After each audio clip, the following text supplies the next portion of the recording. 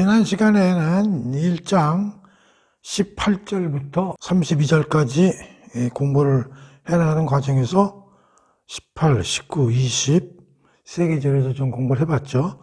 오늘은 그 32절까지 공부를 끝내도록 하겠습니다. 그 하나님의 진노부터 이제 시작됐죠. 18절에.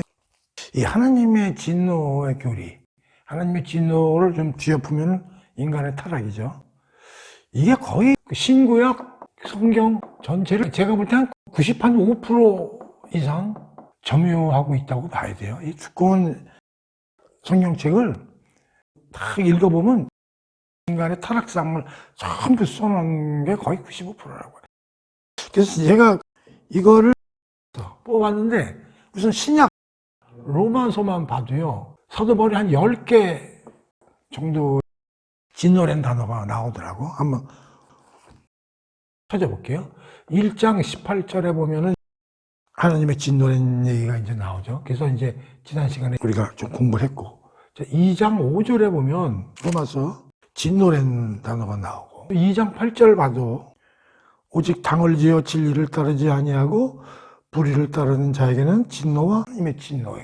엄청나요. 3장 5절에도 보면 우리가 불의의 하나님 의를 드러내게 하면 무슨 말 하리요? 내가 사람의 말대로 말하노니 진노를 내리시나 하여 진노란 말이 또 나오지 않습니까? 그 다음에 4장 15절에 보면 율법은 진노를 이루게 하나니 여기 또 진노란 말이 나오고, 그 다음에 5장의 9절 보면 이제 우리가 그의 피로 말미암아 의롭다 하심을 받았으니 더욱 그로 말미암아 진노하시면서 구원을 받을 것이니 여기 하나님 진노 또 나오고, 참 9장 22절 하나님이 그의 진노를 보이시고, 그 다음에 12장 19절 거기서 보면 내 사랑하는 자들아 너희가 친히 원수를 갚지 말고 하나님의 진노하심에 맡기라. 13장 4절 그는 하나님의 사역자가 되어 네게 선을 베푸는 자니라. 그러나 네가 악을 행하거든 두려워하라. 그가 공연히 칼을 가지지 아니하였으니 곧 하나님의 사역자가 되어 악을 행하는 자에게 진노하심을 따라. 13장 또 5절에 보면 그러므로 복종하지 아니할 수 없으니 진노 때문에 할 것이 아니라 양심을 따라 할 것이라. 그러니까 벌써 로마서에만 봐도 이 진노라는 단어가 10군데가 나온단 말이야. 그럼 다른 데는 없느냐? 내가 또 다른 데 다 찾아봤어. 이거는 내가 써만 볼 테니 얼마나 많은지 좀 보세요. 다 찾아보려면 시간이 너무 많이 걸려서. 고린도 후서 2장, 그 다음에 5장, 그 다음에 에베소서 2장 3절, 5장 6절, 그 다음에 골로새서 3장 6절, 데살로니가 전서 5장, 그 다음에 히브리서 굉장히 많아. 2장 1절에서 3절, 3장, 4장, 6장 4절에서 9절, 10장 27절, 12장 25에서 29절, 야고보서 5장 8절, 베드로전서 4장 17절 18절, 베드로후서 3장 8절 9절. 이 보세요. 이 신약이 처음 보는 하나님 진노에 관한 구절이란 말이에요. 그럼 구약은 어떠냐? 구약은 거의 100%야 100%. 다라고 보면 돼. 다라고. 대표적인 규절이 뭐예요? 사사기죠. 사사기의 맨 마지막, 사사기를 아주 꿰뚫는 마지막. 당시에는 이스라엘 왕이 없었다. 그래서 저마다 자기 뜻에 따라 하고 싶은 대로 하면서 살았다. 자기 의견이 옳다고 그러고 살았다. 그 뭐야? 자기 의견이 옳다고 살았다니까 하나님을 완전히 배제하고 살았다는 거지. 그러니까 이 사사기 마지막 절에 나오는 게 거의 이 구약이 쫙 다 덮여 있는 거란 말이에요. 그냥 이거 한번 보세요. 그래서 지난 시간에 우리가 세 개의 규절을 공부를 했지만 이게 과연 성경에 하나님의 진노에 관한 교리가 차지하고 있는지를 우리가 한눈에 바라볼 수 있다고. 그러니까 성경에 이렇게 많은 하나님의 진노의 교리가 써 있으니 교회에서 설교나 이런 걸 할 때 어떻게 돼? 10마디 하면 9마디를 진노에 관한 교리를 얘기해야 그게 진짜 복음이죠. 그러니까 우리가 성경 공부를 하든지 교회에서 목사님들이 설교를 하시더라도 성경에서 90% 이상을 차지하고 있는 이 내용을 설교의 90%를 차지해야 되고, 공부도 여기에 관해서 90% 이상 공부를 해야 된다. 그렇게 나는 생각을 하는 거죠. 그러니까 귀에 듣기 싫고 입에 쓰죠. 이런 얘기만 하면. 넌 잘못됐어. 너희는 하나님의 알만한 것이 있는데도 불구하고 니들이 고의로 그걸 뭉개고 살잖아. 이 친구들아. 이런 얘기를 계속 해줘야 된다. 그런 얘기죠. 지난 시간에 하나님을 알만한 것이 피조물 자연계 속에 하나님이 넣어놓으셨다고 그랬고, 우리가 그걸 우리 안에 양심을 통해서 이제 그런 거를 전부 우리가 알 수 있는데도 불구하고 교만과 죄가 있음에도 불구하고 난 죄가 없어요. 이런 무지함과 사악함으로 하나님이 알만한 것인데도 고의로 뭉개버렸다고 그랬죠. 그러나 사도 바울은 그에 대해서 니들은 아무리 하나님이 없다고 소리쳐도 핑계할 수 없다. 이제 그렇게 얘기를 했잖아요. 그걸 통해서 우리가 알 수 있는 것은 무신론이 과연 존재할까? 무신론은 신이 없다는 그런 이론이잖아요. 근데 우리가 배웠지만 하나님을 알만한 것이 다 우리 안에도 있고 이 자연 세계 안에 있기 때문에 그걸 핑계 대지 못한다고 그랬으니까 무신론을 주장하는 사람은 성경에 의하면 어떻게 돼요? 이건 거짓말이죠. 그러니까 무신론은 존재하지 않는 거예요. 무신론을 주장하는 사람은 성경에 의하면 사악한 사람이지. 할 수 있다고 핑계댈 수 없는데 자기가 무신론을 주장한다고 말이 안 되는 거지. 그래서 무신론은 사실 없는 거예요. 다만 뭐만 있는 거예요? 불신론만 있는 거예요. 불신론. 있는데 없다고 하는 게 불신론. 이것만 존재하는 거지 무신론이라는 건 존재하지 않는다. 그걸 우리가 성경상 이해를 해야 된다. 그럼 사람들이 왜 무신론을 주장할까? 학자들이 이제 좀 생각을 해본 거야. 왜 알만한 게 분명히 성경에 있다고 그러는데 하나님은 없다고 그렇게 주장을 할까? 그게 이제 몇 가지 이유는 이런 거냐. 하나님이 전지전능한 거야. 우리보다 뛰어난 거야. 그게 싫은 거야. 우리보다 뛰어난 어떤 사람이 있는 게 찝찝한 거야. 내가 제일 잘 나가야 되는데, 그리고 하나님은 너무 선하시고 고결하신 분이야. 거룩하신 분이야. 그러니까 하나님을 있다고 생각하는 순간 하나님하고 비교해가지고 도덕적으로나 윤리적으로나 너무 자기가 부패한 게 딱 비교가 되니까 하나님조차 생각하기조차 싫은 거야. 그리고 하나님은 나의 모든 걸 아시는 거야. 마음까지. 그러니까 하나님 앞에 말씀은 내가 무슨 생각하는 것을 다 밝혀내시니까 너무 싫어. 하나님은 아주 징글징글한 거야. 그리고 하나님은 어떠한 유혹에도 넘어가지 않고 불변하신 분이야. 한결같으신 분이야. 우리는 뭐 감정의 리듬이 막 왔다 갔다 하지만 하나님은 그러신 분이 아닙니다. 그러니까 하나님이 이런 특성을 갖고 있다 보니까 하나님이 존재하신다는 사실이 끔찍한 거야. 그러니까 없다고 그러는 거지. 그래서 이제 학자들이 이제 주로 이렇게 얘기를 하는 거야. 진정한 무신론은 없다. 무신론을 가장할 뿐이지. 무신론은 없는 겁니다. 그래서 지난 시간에 공부한 걸 정리해보면 하나님을 알만한 것이 존재한다. 어디에? 자연계. 하나님이 만드신 피조물에 우리가 알 수 있다. 또 우리 안에 양심이나 이성을 넣어주셨기 때문에 우리가 그걸 통해서 알 수 있다. 또 하나는 인류사 전체를 우리가 역사적으로 훑어볼 때 신적 의식을 우리가 갖고 있다는 것이 알 수 있다. 그래서 이제 그런데 이걸 갖다가 우리가 불의로 막고 있다고 설명을 하고 있죠.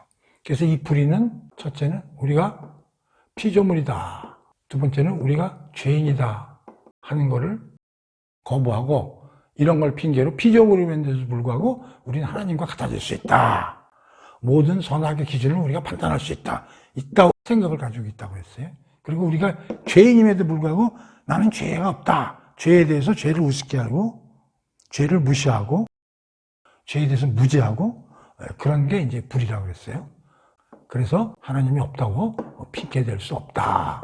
여기까지 지난 시간에 배웠죠. 자, 그러면 이제 오늘은 그 다음을 이제 공부해 보도록 하겠습니다. 21절이죠. 하나님을 알되 하나님을 영화롭게도 하지 아니하며 감사하지도 아니하고 오히려 그 생각이 허망하여지며 미련한 마음이 어두워졌나니 스스로 지혜 있다 하나 어리석게 되어 썩어지지 아니하는 하나님의 영광을 썩어질 사람과 새와 짐승과 기어다니는 동물 모양의 우상으로 바꿨느니라. 자, 21절이죠. 우리가 하나님을 알만한 것이 있다는 거예요. 그럼 어떻게 해야 되냐? 그러니까 하나님이 모든 피조물의 주인이시고 창조자이시기 때문에 우리가 하나님을 영화롭게 하고 영광스럽게 하고 하나님께 감사하는 마음을 가져야 되는데 거꾸로 어떤 마음을 갖고 있냐면 21절에 보면 생각이 허망하고 그 다음에 마음이 어두워지고 22절 어리석게 되었다. 하나님을 영원롭게도 하고 감사하는 마음을 가지고 살아야 되는데 하나님을 강제로 눌러버리고 하는 거 필요 없어요. 하나님 저리 가세요. 하다 보니까 어떻게 됐냐면 반대로 좋은 단어가 하나도 안 나오고 허망하다, 어두워졌다, 이런 단어들이 나오는 거예요. 그래서 이거를 사도 바울이 에베소서에서도 이제 비슷하게 이제 표현을 했는데 거기서는 어떻게 표현했는지 한번 찾아봐가지고 비교를 한번 해볼게요. 에베소서 4장 17절에서 19절 하고요. 5장 8절을 한번 찾아볼게요. 그 에베소서에서는 사도 바울이 이와 비슷한 내용이 나오는데 그러므로 내가 이것을 말하며 주 안에서 증언하노니 이제부터 너희는 이방인이 그 마음이 허망한 곳으로 행한 것 같이 행하지 말라. 그들은 총명이 어두워지고 그들 가운데는 무지함과 그들의 마음이 굳어짐으로 말미암아 하나님의 생명에서 떠나 있도다. 그러면서 그들은 감각 없는 자가 되어 자신을 방탕에 방임하여 모든 더러운 것을 욕심으로 행하되. 그러니까 여기는 마음이 허망하다 이런 뜻이 나오고 그 다음에 19절에는 총명이 어두워졌다. 그리고 그들 가운데 무지함, 무지하다. 그 다음에 마음이 굳어져 있다.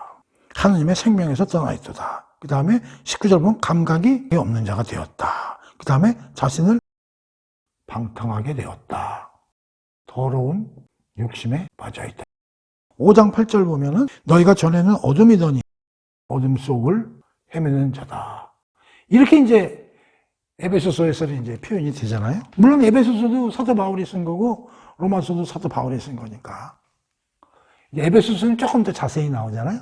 마음이 허망하고 총명이 어두워지고 총명이 어두워졌다는 건 어리석게 되었다는 거하고 이제 그 비슷한 내용이 되겠고 무지하다. 마음이 굳어졌다. 감각이 없는 자가 되었다. 방탕한 자가 됐다. 더러운 욕심에 놀아는 사람이 됐다. 어둠 속을 헤매는 자가 됐다. 그러니까 하나님을 있는데도 불구하고 하나님을 제끼고 하나님을 벗어나면 전인격적으로 파탄이라고 그러나 파멸, 아주 부패 이런 쪽으로 그냥 완전히 바뀌어버린다는 거예요, 사람들이. 야, 이게 진짜 사실일까? 이게 정말 사도 바울이 말하는 게 이게 맞는 건가? 그래서 창세기로 돌아가서 미칭을 시켜보면 이게 상당히 비유될 수 있는 내용이 많다.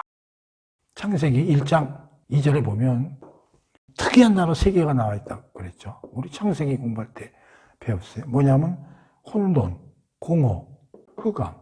하나님이 이 우주를 막 만들어 나가시는데 흑암과 공허와 흑암 안에 있었다는 거예요. 그래서 하나님이 1장 3절에 가서 무슨 얘기가 나오냐면 빛이 있어라. 그런 얘기를 하셨다고 그랬죠. 그래서 이 혼돈이 질서로 바뀌고 공허가 충만으로 바뀌고 흑암이 광명으로 바뀐다. 그래서 이 빛이라는 게 뭐냐면 하나님을 뜻하기도 하고 예수님을 뜻하기도 한다. 무슨 말인지 알아요? 그러니까 에베소서에 보면 그들이 어둠에 있으니 그런 말이 나오잖아요. 그러니까 뭐냐면 하나님을 버리면 창세기에도 나와 있듯이 우리는 혼돈과 공허와 흑암 속에서 헤맬 수밖에 없다는 거예요. 그럼 이걸 고치려면 어떻게 되느냐? 빛이 들어가야 된다는 거지. 이거 다시 말하면 빛을 복음이라고 바꿔서 설명도 가능한 거거든요. 하나님을 버리면 이게 창세기에 하나님이 만드시는 창조 질서와도 이게 매칭이 되는 거구나. 혼돈과 공허와 흑암 속에서 헤매게 되겠는 거구나 하는 거를 로마서에서 사도 바울은 이렇게 생각이 허망하고 마음이 어둡고 지혜가 어리석게 되는구나 표시를 한 거고 또 에베소서에서는 이렇게 다양하게 우리의 마음을 표현했다 그런 얘기예요. 오케이? 왜 그럴까요? 하나님을 떠난다는 게 지금 뭐야? 교만해가지고 자기가 죄에 쩌들어 있는 것도 모른다는 얘기면 내 마음대로 살겠다는 거거든.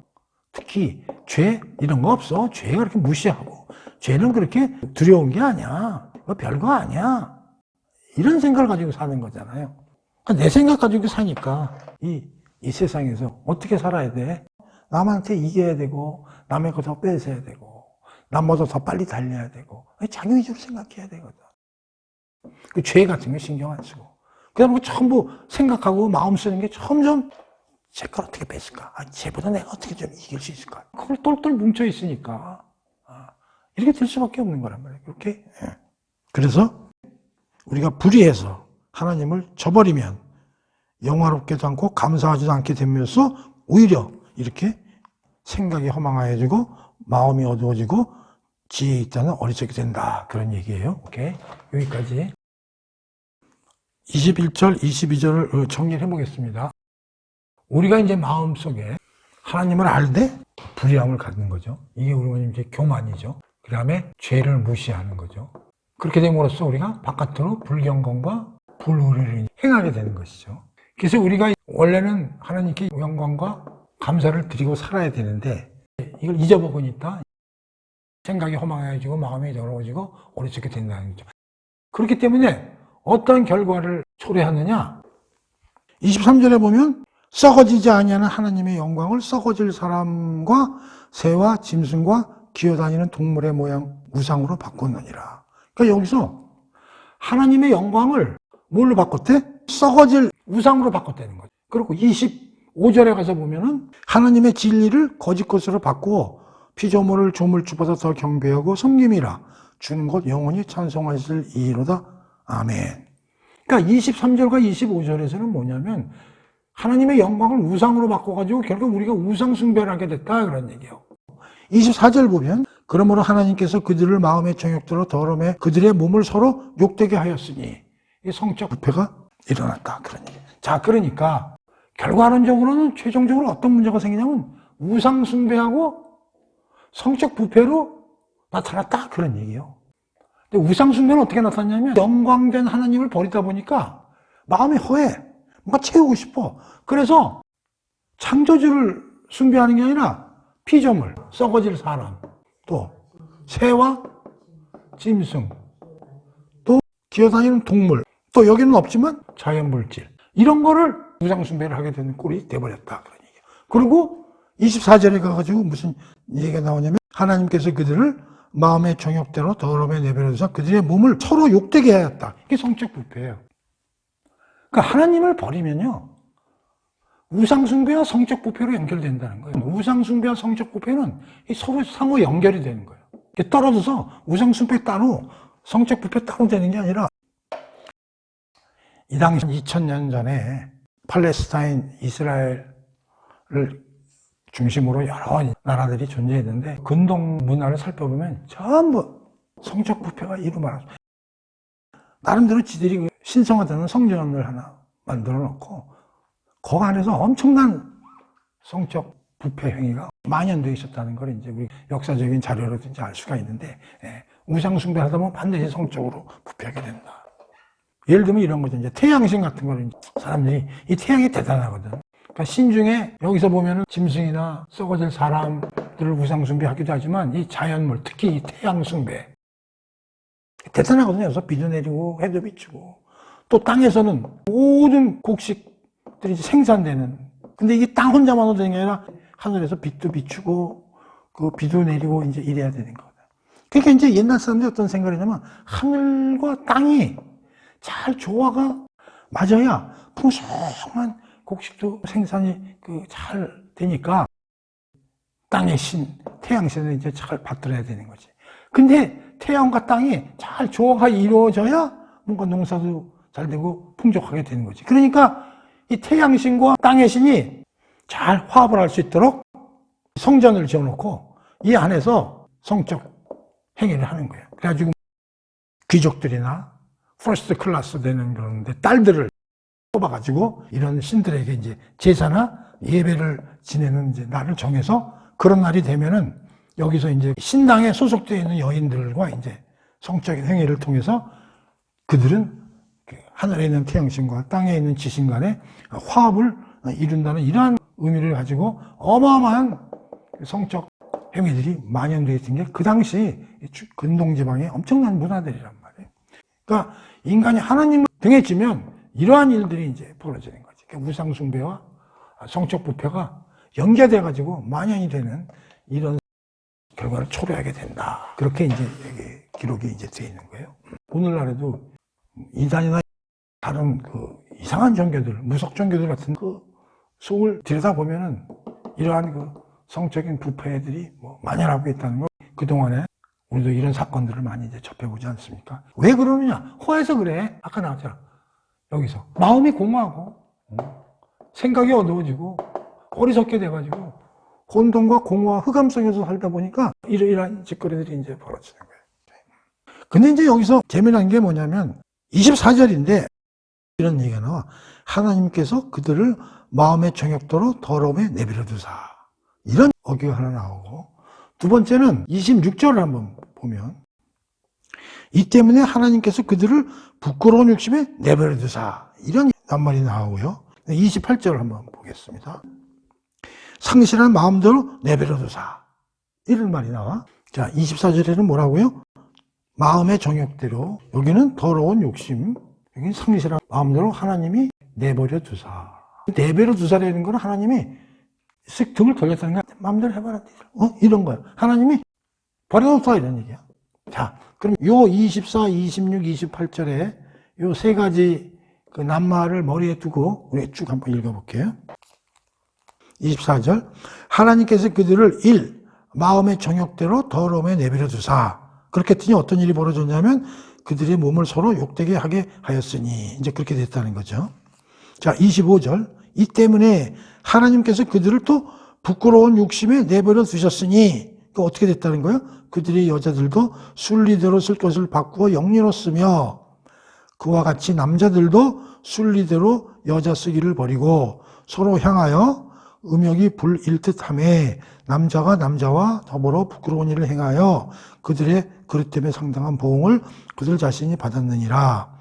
28절. 또한 그들이 마음에 하나님 두기를 싫어하며 하나님께서 세 번째 상실한 마음대로 내버려 두사 합당하지 못한 일을 하게 하였으니. 29절에서 21가지의 특성을 설명하시면서 23절. 그들이 이 같은 일을 행하는 자는 사형에 해당한다고 하나님께서 정하심을 알고도 자기들만 행할 뿐 아니라 또한 그런 일을 행하는 자들을 옳다 하느니라. 이렇게 해가지고 1장 32절까지 이제 마무리가 되는 거예요. 자, 그럼 이걸 전체적으로 정리를 해볼게요. 24절부터 32절까지를요, 이렇게 쭉 있는 순서대로 이렇게 읽고 해석하려면 되게 어려워요. 그래서 이거는 전체적인 문맥을 읽고서 이걸 종합적으로 결론식으로 해석하는 게 바람직스럽기 때문에 설명을 해볼게요.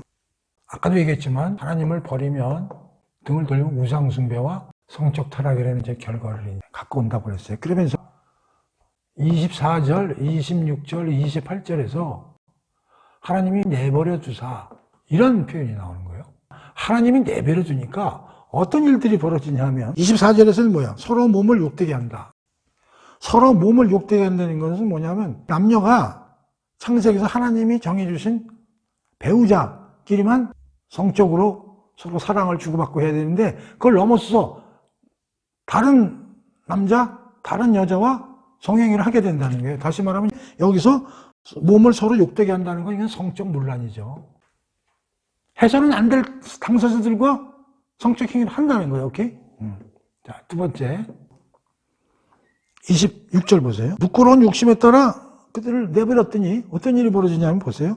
여자들도 순리대로 쓸 것을 바꾸어 영리로 쓰며 남자들도 순리대로 여자 쓰기를 버리고 서로 향하여 음욕이 불릴 듯하며 남자와 더불어 부끄러운 일을 행하며 그들이 그리 때문에 상당한 보응을 그들 자신이 받았느니라. 이게 뭐냐면 남자는 여자하고 여자는 남자하고 성행위를 하는 것이 하나님이 만들어진 질서인데 뒤집어서 한다는 얘기예요. 영리.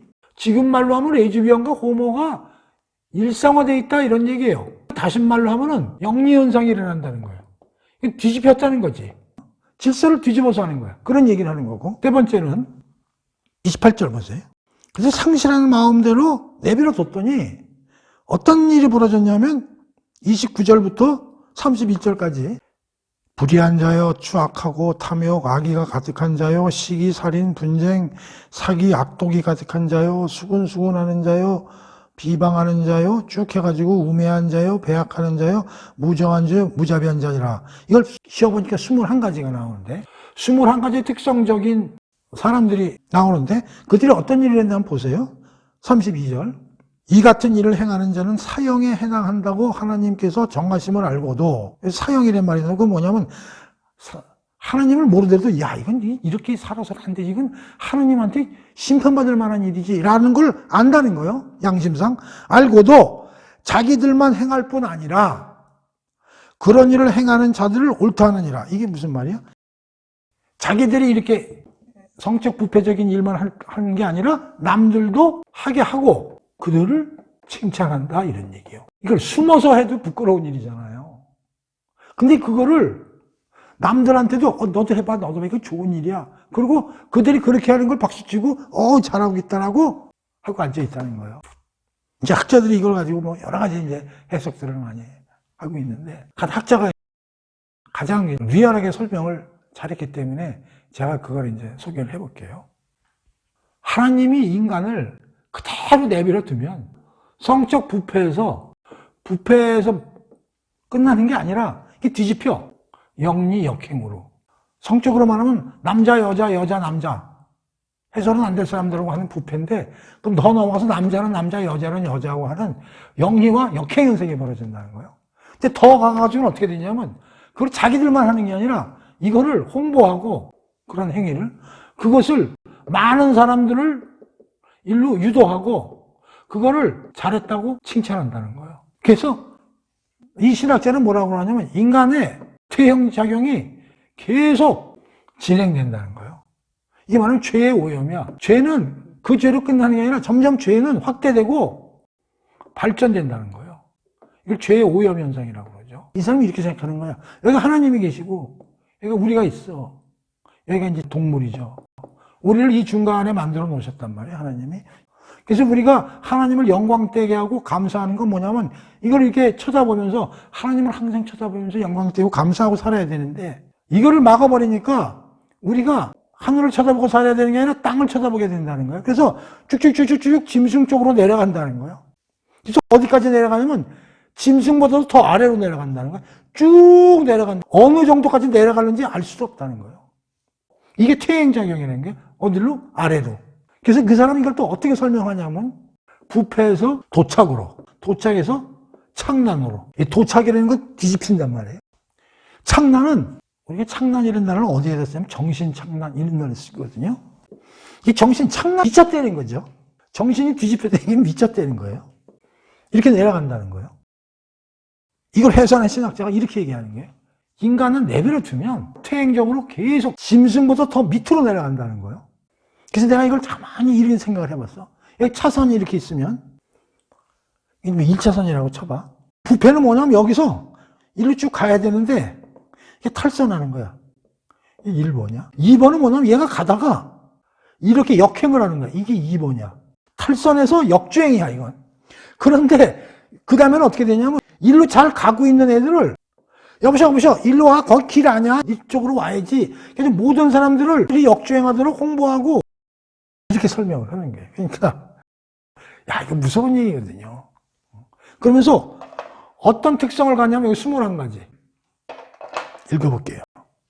사람이 어떤 사람으로 변하는가 하면요, 29절 불의한 사람, 추악한 사람, 탐욕한 자, 악의가 가득한 사람, 시기하는 사람, 살인하는 자, 분쟁을 일삼는 자, 사기를 일삼는 자, 악독이 가득한 자, 수근수근 뒤에서 수근거리는 자, 비방하는 자, 하나님께서 미워하는 사람이 되는 거죠. 능욕하는 자, 교만한 자, 자랑하는 자, 악을 도모하는 자, 부모를 거역하는 자, 우매한 자, 배약하는 자, 무정한 자, 무자비한 자. 난 그래서 이걸 보면서요, 야, 진짜 사도 바울이 뭐 악하다 이렇게 표현하면 되잖아요.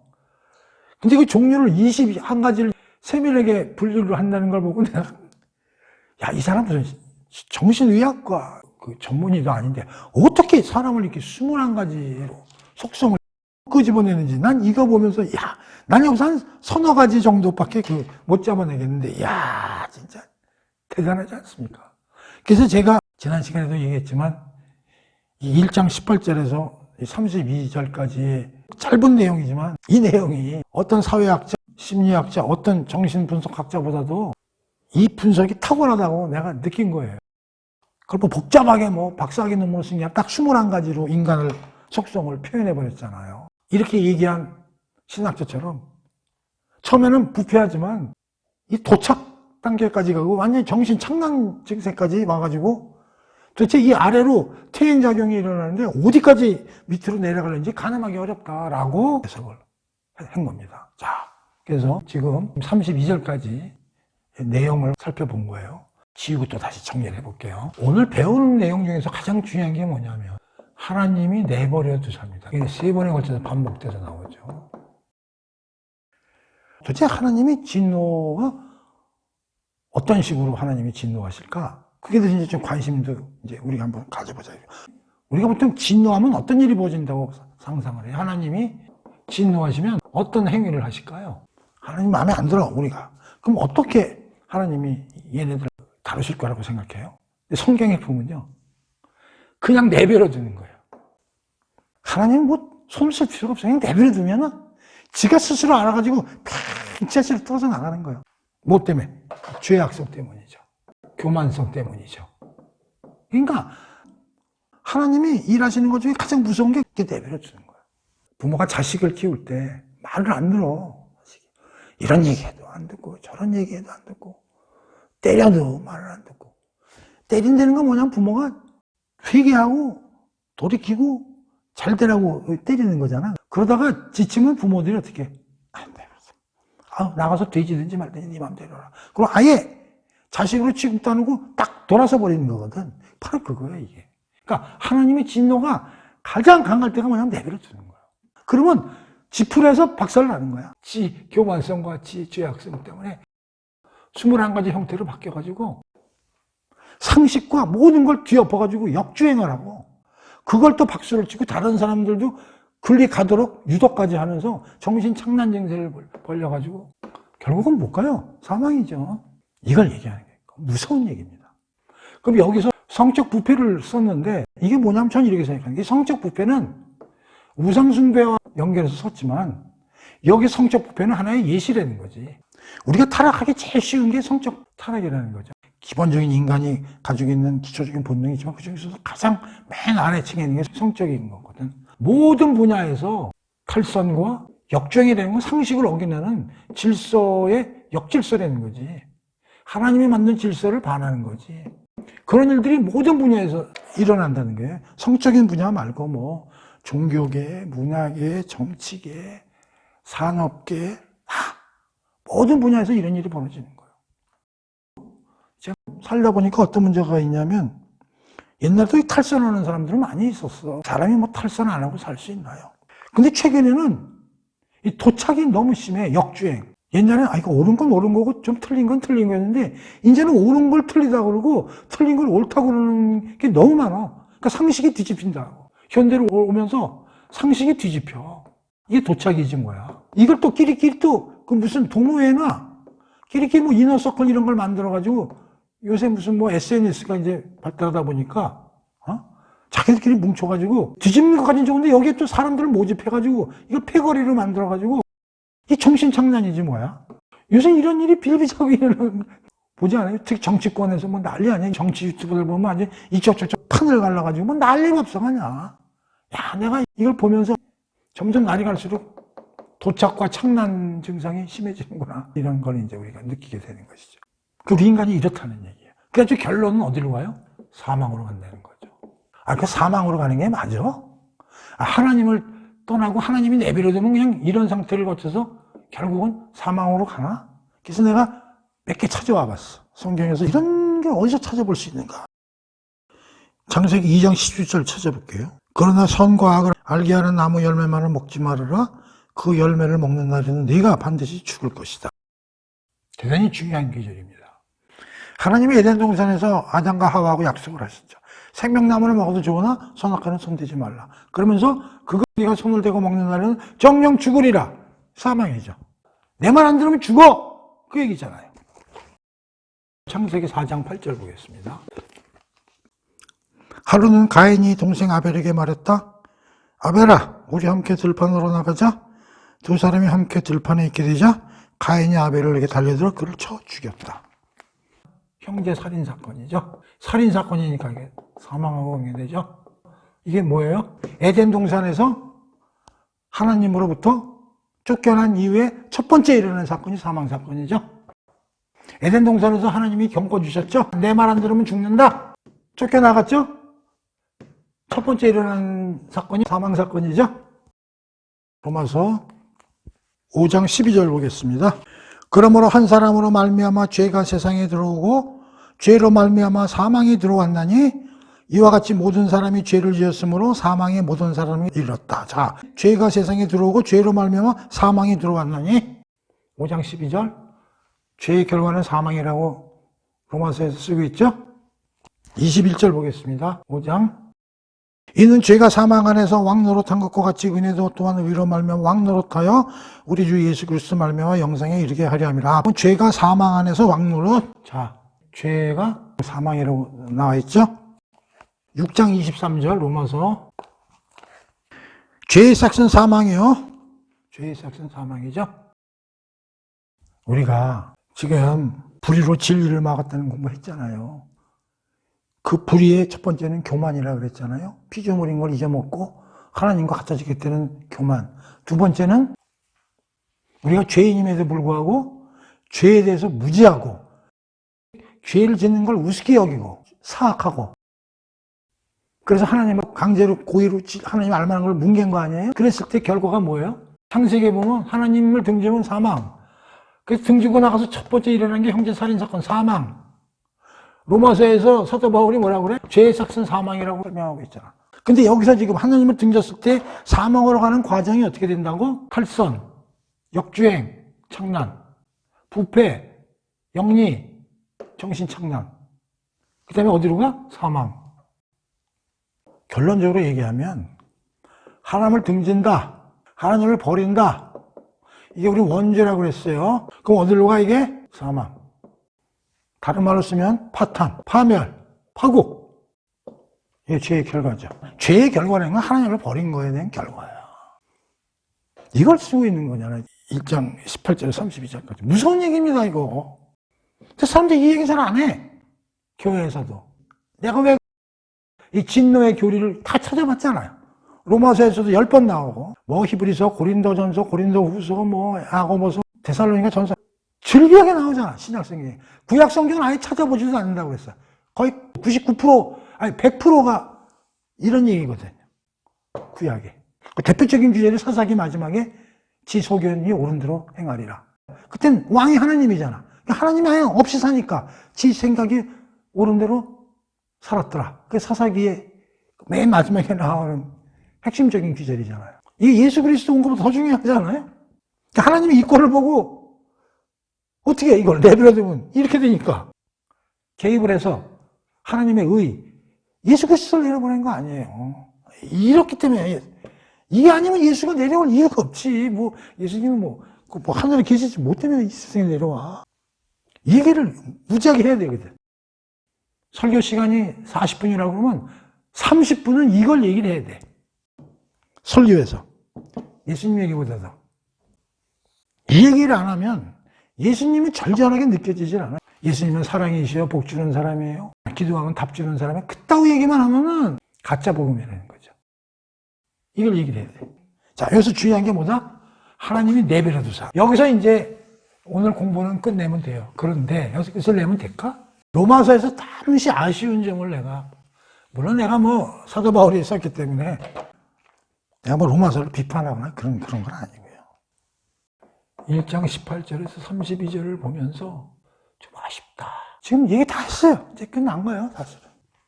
뭘 내가 지금 얘기를 하고 싶어 하는 거냐면 3번에 걸쳐서 하나님이 내버려 두사 이렇게 했단 말이에요. 이제 결론은 뭐야? 21가지 형태의 속성을 갖게 되죠.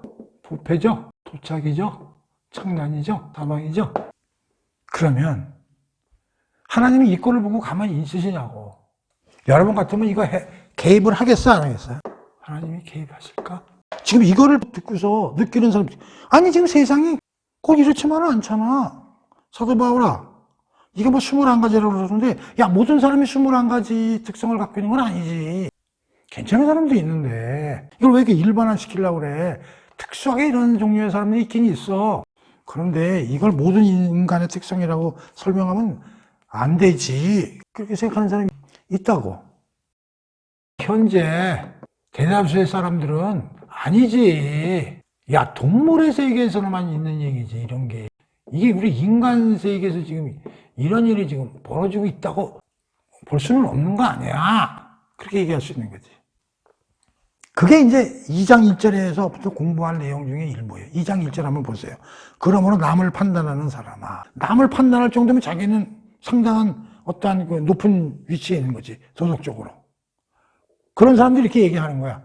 에이, 그래, 그런 개돼지들도 있지만, 이라고 얘기하는 거지. 그건 다음 시간에 좀 공부를 하게 되는데, 오늘 얘기하는 건 이 다음 시간에 배운 2장부터의 얘기하고는 조금 더 차원이 좀 다른 얘기예요. 좀 들어보세요. 이렇게 생각하는 사람이 있잖아. 그럼 이 현상은 바울이 기록한 내용과 다르게, 성경 읽을 게 못 되네. 이거 완전히 무슨 편파적이네. 이렇게 생각할 수 있지. 그래서 여기서 이 얘기를 해야 된다는 거지. 지금 우리가 보고 있는 현상은 하나님이 내버려 뒀을 때 하나님이 어떤 개입을 하셨기 때문이다. 이 얘기야. 이 얘기를 하려고 그러는 거야. 하나님이 개입을 하면 이렇게 된다고. 믿어야 돼. 성령 하나님이 영감을 줘서 쓴 길이기 때문에 믿어야 된다고. 그런데 지금 이 세상을 보면 다 그런 것 같지는 않아. 그럼 그게 뭘까? 이게 잘못된 걸까? 아니. 이건 맞아. 그럼 뭐야? 하나님이 뭔가 일을 하셨기 때문에 오늘날 이런 현상이 100% 나타나지 않는다. 그 얘기를 내가 하려고 그러는 거예요. 하나님이 개입하셨기 때문에 지금 이 모양 이 꼴로 그래도 어느 정도 유지하고 있다는 걸 내가 얘기해 주고 싶어서 말씀드리는 거예요. 만약의 경우 하나님이 개입하지 않으면 이렇게 된다 이런 얘기죠. 자, 그러면 하나님이 개입하셨다면 내용이 무언가? 알고 싶죠? 아까 창세기 2장 17절에서 만지면 죽는다 그랬잖아요. 만졌잖아요. 그럼 죽어야지. 아담과 하와가. 근데 안 죽었어. 자, 그럼 하나님이 개입하신 내용에 대해서 조금 설명할게요. 이걸 설명하려면 다시 구약 창세기로 다시 돌아가야 돼. 그래서 로마서 공부를 하면서도 창세기하고 계속 매칭 작업을 해야 된단 말이에요. 창세기 3장 21절 한번 볼게요. 주 하나님께서는 짐승 가죽으로 옷을 만들어 아담과 그의 아내에게 입혀주셨다. 분명히 죽는다 그랬잖아. 죽이지 않았죠. 그리고 무슨 일을 했어요? 가죽 옷을 입혀주셨죠. 가죽 옷을 입으려면 동물을 죽여야죠. 가죽을 가지고 옷을 만들어서 아담과 하와를 입혀주셨다는 얘기죠. 죽여야 되는데 불구하고 개입하셨죠. 개입하지 않았으면 어떻게 됐을까요? 아담과 하와는 쫓겨나가지고 1단계, 2단계, 3단계를 거쳐서 죽었겠죠. 그 다음에 창세기 3장 14절에서 18절이에요. 아담과 하와가 죄를 진 이후에 하나님이 어떤 조치를 내려주세요. 가죽 옷으로 내쫓기 전에 어떤 조치를 내려주시는데 봐봐요. 3장 14절 보세요.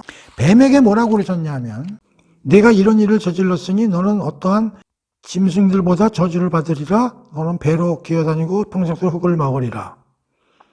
또 너는 너와 여자를 서로 원수가 되게 할 것이다. 너는 자손들과 여자의 자손들 또 원수가 되어 여자의 자손이 네 머리를 상하게 할 것이고 너는 여자 자손의 발꿈치를 상하게 할 것이다. 또 여자 하와에게 얘기를 하셨어요. 내가 너에게 임신하는 고통을 크게 더할 것이다. 그래서 너는 고통 중에 아기를 낳을 것이다. 너는 남편을 네 마음대로 지배하고 싶겠지만 오히려 남편이 너를 지배할 것이다. 17절 보겠습니다. 아담에게 하나님이 조치를 내리셔요. 너는 네 아내의 말을 듣고 내가 먹지 말라 한 것을 먹었으니 이제 너로 하여금 그 땅에 저주를 받을 것이다. 그래서 너는 평생토록 수고해야만 땅에서 나는 것을 먹을 수 있을 것이다. 18절 땅에는 가시덤불과 엉겅퀴가 무성하게 자랄 것이다. 너는 밭에서 자라는 푸성기만 먹고 살아야 할 것이다. 19절 흙에서 나왔으니 흙으로 돌아가는 그날까지 너는 이마에 땀을 흘려야 먹고 살아갈 곡식을 얻을 것이다. 너는 흙이니 흙으로 돌아가리라. 이걸 보통 사람들은 어떻게 느끼냐면 잘못을 했으니까 하나님이 벌칙을 준 거다 이렇게 생각하는데 그건 그렇지 않습니다. 그래서 구체적인 거는 창세기 우리가 공부를 했으니까 창세기 3장을 들어가서 여러분들이 공부를 다시 해야 합니다. 그러나 오늘은 그거 다시 공부를 안 하고, 자, 여기서 무슨 얘기를 하냐면, 우선 아담과 하와 얘기만 할 거예요. 지금 아담한테는 무슨 얘기를 했냐면, 땀을 흘려야 먹고 산다고 그렇게 얘기를 하셨고, 하와에게는 애를 낳되 그 고통이 심할 거다, 그 얘기를 하셨어요. 그 얘기가 뭘까? 잘 들어보세요. 하나님이 이 조치를 안 내렸으면 아담과 하와도 죄에 쪄들어가지고 1단계, 2단계, 3단계로 거쳐서 죽었겠죠. 그럼 아담과 하와가 죽고 그 자식들도 똑같이 모든 사람은 사망에 이르게 되면 인류는 멸종했겠죠. 인류가 존재하지 않는 거예요. 하나님이 가만히 내버려 두면요. 하나님이 개입을 했어요. 어떻게 개입을 했는지 잘 보세요. 하와한테는 애는 낳게끔 내가 관리해 줄게. 근데 좀 벌칙으로 좀 아플 거다. 그 얘기야.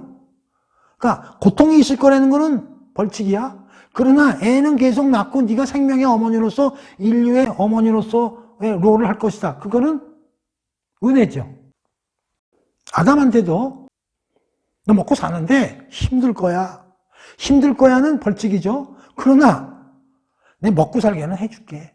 그건 은혜죠. 그럼 여기도 하나님이 개입한 거예요. 가지고 또 개입한 거예요. 죽여야 되는데 살렸어요. 여기서는요. 약간의 벌칙적인 고통은 주되 하나님이 개입해서 즉시 사망으로부터 그렇게 되지 않도록 하나님이 개입을 하신 거죠. 창세기 8장 22절에서 9장 17절. 노아의 무지개 언약이거든요. 간단히 살펴볼게요. 사람 다 죽였죠. 하나님이 홍수로. 그리고 8명 살았어요. 아들하고 며느리하고 여섯하고 노아하고 노아의 부인하고 8명만 사는 거예요. 싹 다 죽였습니다. 그래 놓고서 어떤 일이 벌어지냐면 하나님이 노아 식구들을 대상으로 언약을 주시는데 8장 22절. 땅에 있는 한 씨를 뿌리고 거두는 일, 추위와 더위, 여름과 겨울, 낮과 밤이 끊임없이 이어지리라. 내가 이렇게 해줄 거야 앞으로. 그 얘기예요.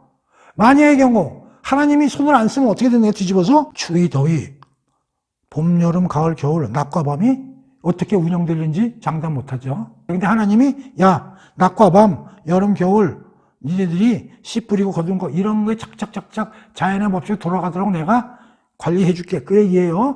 그러면 하나님이 관리 안 해주면 어떻게 된다는 얘기예요? 여기도 하나님이 개입하시죠. 개입 안 하면 농사 질 수 있겠어요? 봄, 여름, 가을, 겨울이 어떻게 올지 몰라요. 매길나게 올라갈지 몰라요. 낮과 밤이 제대로 변화가 일어날지 아무도 모르는 거예요. 오케이?